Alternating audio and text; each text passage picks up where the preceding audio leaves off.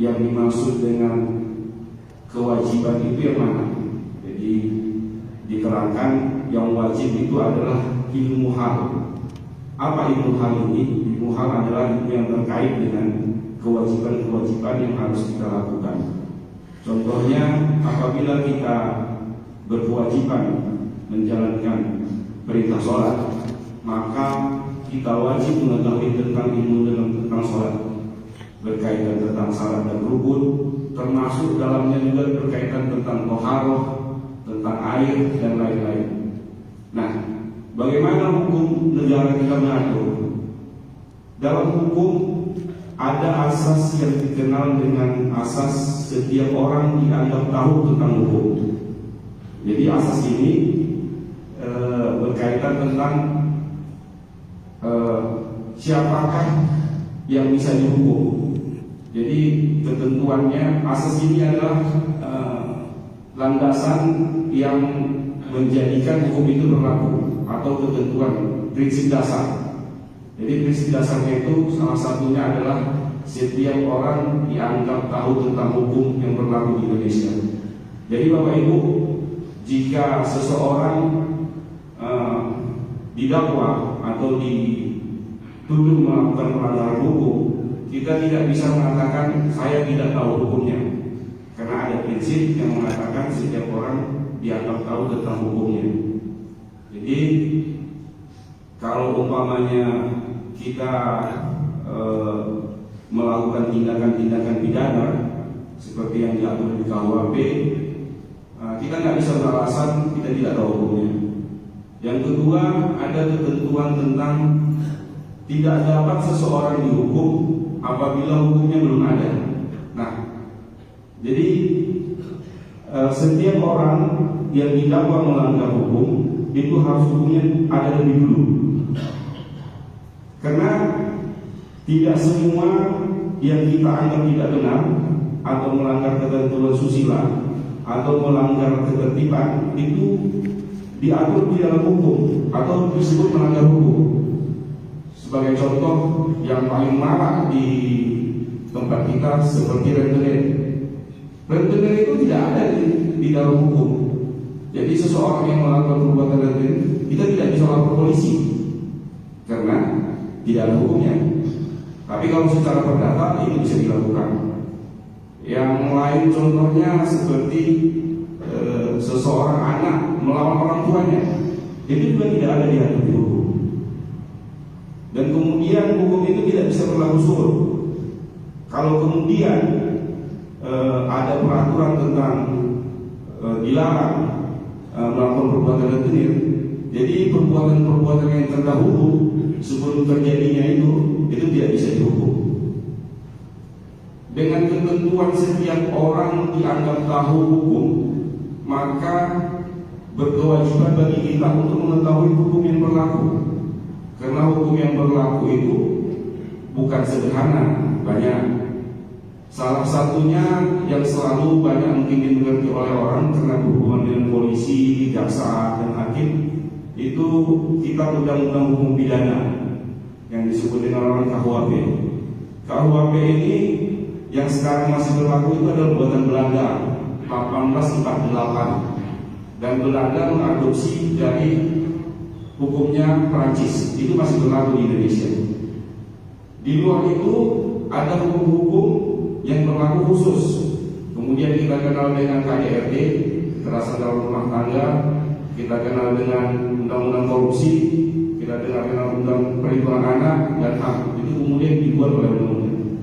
Dan di luar itu ada namanya peraturan menteri, peraturan perda, peraturan daerah. Peraturan daerah ini mengatur tentang bagaimana kita mengambil air tanah, bagaimana kita meletakkan tata guna rumah, bagaimana kita membuang sampah. Walaupun perda-perda ini tidak boleh melakukan hukuman badan di atas 1 tahun, tapi bisa dihukum 3 bulan, 6 bulan. Nah, sekarang kita belum punya perda tentang pengambilan air tanah. Bisa jadi kemudian dibikin undang-undangnya atau peraturan perdanya tentang tidak sembarangan untuk mengambil air tanah. Kemudian kita mengambil memanggil tukang bor untuk menggali sumur bor. Akhirnya kita didatangi Satpol PP dan kemudian dimajukan ke pengadilan. Terus kita bilang saya tidak tahu hukumnya. Di luar itu ada peraturan-peraturan yang sifatnya pemerintahan, itu dikenal dengan hukum tata usaha negara. Jadi aspek hukum ini begitu banyak, tetapi yang sangat bersangkutan sama kita selalu itu undang-undang lalu lintas dan lain-lain. Kemudian ada juga konsepnya, asasnya yang disebut dengan praduga tidak bersalah. Jadi sebenarnya yang sekarang ada stigma atau stereotip di masyarakat, jika berurusan dengan polisi, dengan aparat pemerintah, kita waspada dan takut, tidak bisa. Karena tidak sembarangan polisi, jangankan menangkap, memanggil orang aja dia harus punya alasan memanggil. Umpamanya ada kejadian maka lantas atau ada pencurian, terus kita lihat di situ, terus kita dipanggil, itu pun juga harus punya alasan. Dan kalau kita bekerja, umpamanya kita bekerja sebagai buruh harian lepas, gajinya 100.000 atau 50.000 per hari, nah polisi harus mengganti uang itu kalau kita dimintai keterangan. Hal-hal ini diatur semuanya di dalam peraturan perundang-undangan dan diatur dalam tata laksana undang-undang. Kami dari Biro Hukum Masjid Karyan tidak bosan-bosannya menyampaikan bahwasannya Klinik Hukum Jogokarian itu membuka konsultasi dan pendampingan hukum di Selasa malam. Tidak harus bermasalah hukum harus datang ke klinik hukum. Sesuatu yang ingin ditanyakan atau disampaikan atau diskusikan, kita juga terbuka. Ada beberapa kasus atau konsultasi yang datang kepada kami tentang waris, terutama paling banyak itu akhir datangnya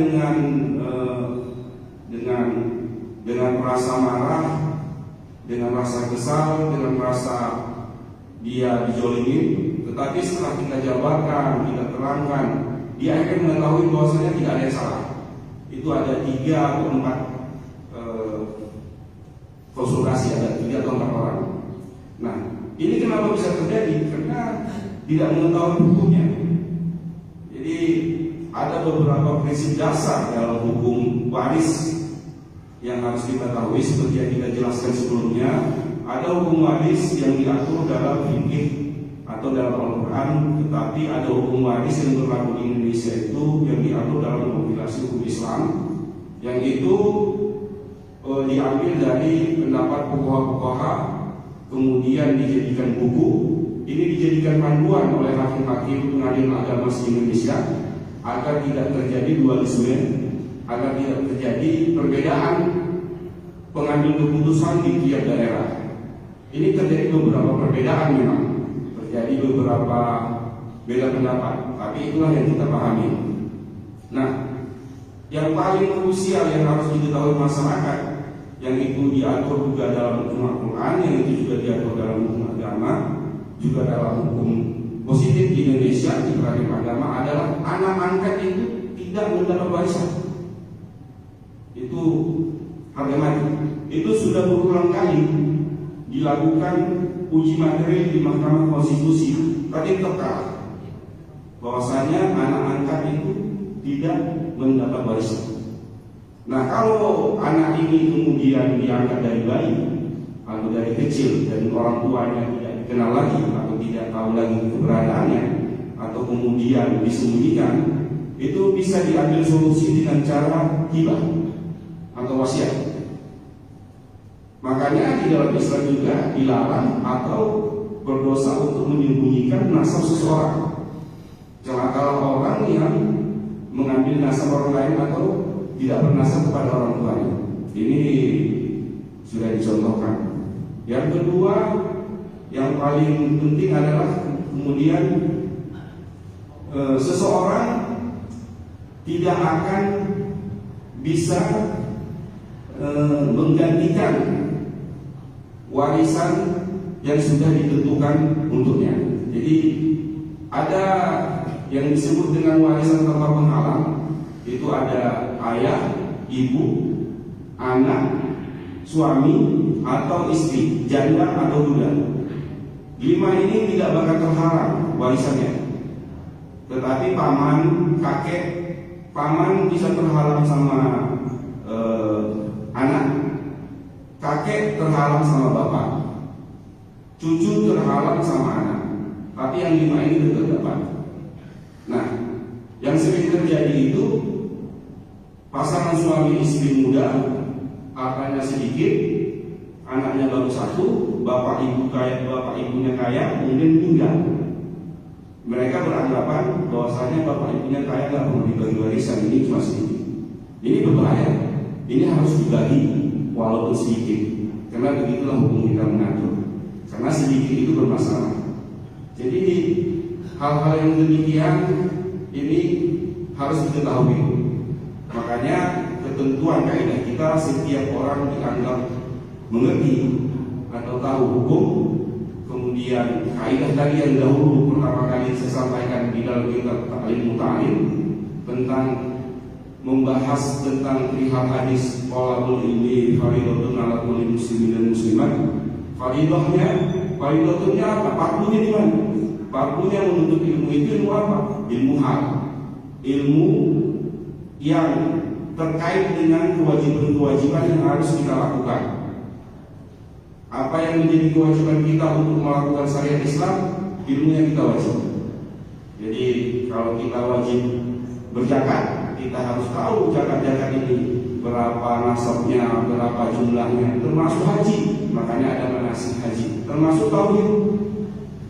Jadi ini bukan hal yang bisa diabaikan, karena ini berlaku supaya terutama paling penting tentang sholat, karena aspek tentang sholat ini terlalu banyak. Di samping syarat dan rukunnya, gerakannya, belum lagi toharohnya, belum lagi masalah bersucinya, bermacam-macam air yang mensucikan atau tidak mensucikan, yang mustakmal, banyak yang harus dipelajari. Kita tidak bisa menganggap sholat yang paling utama itu, yang dikatakan pertama kali bisa adalah sholatmu, baik semuanya, kita biarkan dengan cara naturalisasi karena kebiasaan dan lain-lain. Demikian kami sampaikan. Ada kesalahan yang mohon maaf. Wabillahi taufiq wal hidayah. Assalamualaikum warahmatullahi wabarakatuh.